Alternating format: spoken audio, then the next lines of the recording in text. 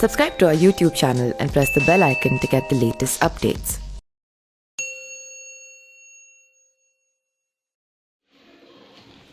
राष्ट्रीय जनता दल यानी कि आरजेडी के पूर्व सांसद मोहम्मद शहाबुद्दीन की कोरोना से जेल में मौत के बाद सिवान जिले में नए सिरे से राजनीतिक हलचल शुरू हो गई है।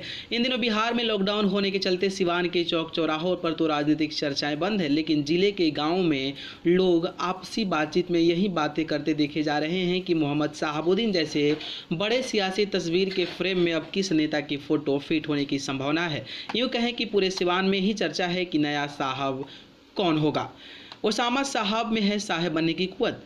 सिवान के लोग बताते हैं कि मौजूदा दौर में दूसरा मोहम्मद शहाबुद्दीन बनना नामुमकिन लगता है। वे कहते हैं कि शहाबुद्दीन जब अपने पूरे शबाब पर थे तब सिवान में उनकी अलग समानांतर सरकार चलती थी। आलम यह था कि कोई झगड़ा या जमीन बंटवारा के मामले में बिहार पुलिस और प्रशासन अलग कार्रवाई करती थी, वहीं शहाबुद्दीन की अलग न्याय प्रक्रिया चलती थी।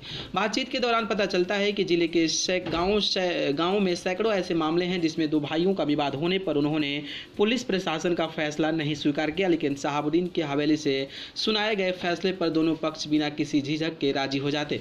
ऐसे ही तमाम घटनाओं को देखते हुए इलाके के लोग मोहम्मद शहाबुद्दीन को साहब कहकर संबोधित करते। अब उनकी मौत के बाद लोग कहते हैं कि सिवान में दूसरा साहब पैदा नहीं हो सकता। मोहम्मद शहाबुद्दीन की राजनीतिक विरासत संभालने की रेस में सबसे ज़्यादा उनके बेटे ओसामा साहब का नाम चर्चा में है। ओसामा विदेश से पढ़ाई कर लौटे हैं, लेकिन वह सिवान की सियासत से दूर नहीं है।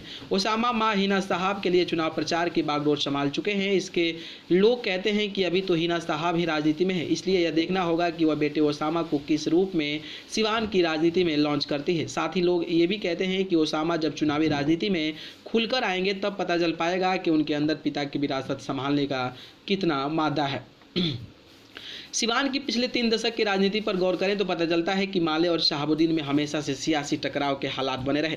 माना जाता है कि यह अब तक जारी है। ऐसे में तय है कि अगर ओसामा राजनीति में कदम रखते हैं तो उन्हें माले से चुनौती मिलनी तय है। सिवान में अमरनाथ यादव, ओम प्रकाश यादव, अजय सिंह कुछ ऐसे चेहरे हैं जिनसे शहाबुद्दीन के हमेशा से सामना होता रहा है। साल 1990 में शहाबुद्दीन पहली बार निर्दलीय विधायक बने थे। इसके बाद वह लालू प्रसाद यादव के करीबी बने तो मरते दम तक उन्हीं के साथ रहे। यहाँ तक कि राष्ट्रीय जनता दल आरजेडी की स्थापना और राबड़ी देवी की सरकार बनवाने में भी शहाबुद्दीन का योगदान अहम रहा।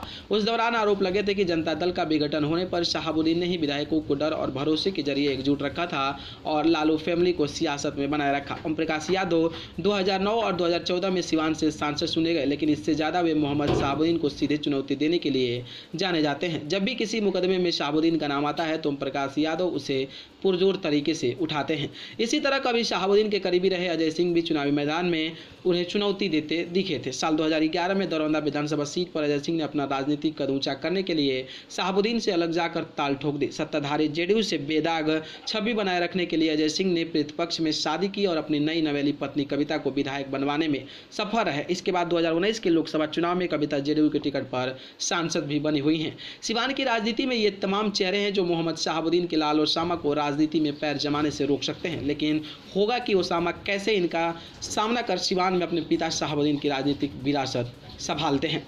मोहम्मद शहाबुद्दीन के बिहार के मुस्लिमों के बीच खासी पहुंच रही है। इसकी बानगी उनकी मौत के बाद भी देखी जा सकती है। शहाबुद्दीन का शव सिवान लाने में असफल रही आरजेडी पर गंभीर आरोप लगाकर पार्टी के प्रदेश उपाध्यक्ष और विधान परिषद के सभापति रह चुके सलीम परवजे और पार्टी के तकनीकी प्रकोष्ठ के प्रदेश सचिव मोहम्मद सोहराब कुरैशी ने इस्तीफा दे दिया। इसके अलावा राज्य के कई हिस्सों में शहाबुद्दीन की मौत पर शोक सभाएं आयोजित की गई। इसके अलावा सिवान के गरीब तबके के लोग भी शहाबुद्दीन को काफी पसंद करते हैं। इन ताकतों को एकजुट रखना भी ओसामा के लिए बड़ी चुनौती हो सकती है।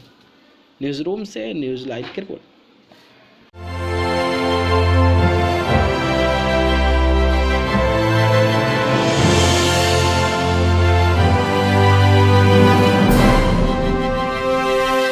Subscribe to our YouTube channel and press the bell icon to get the latest updates.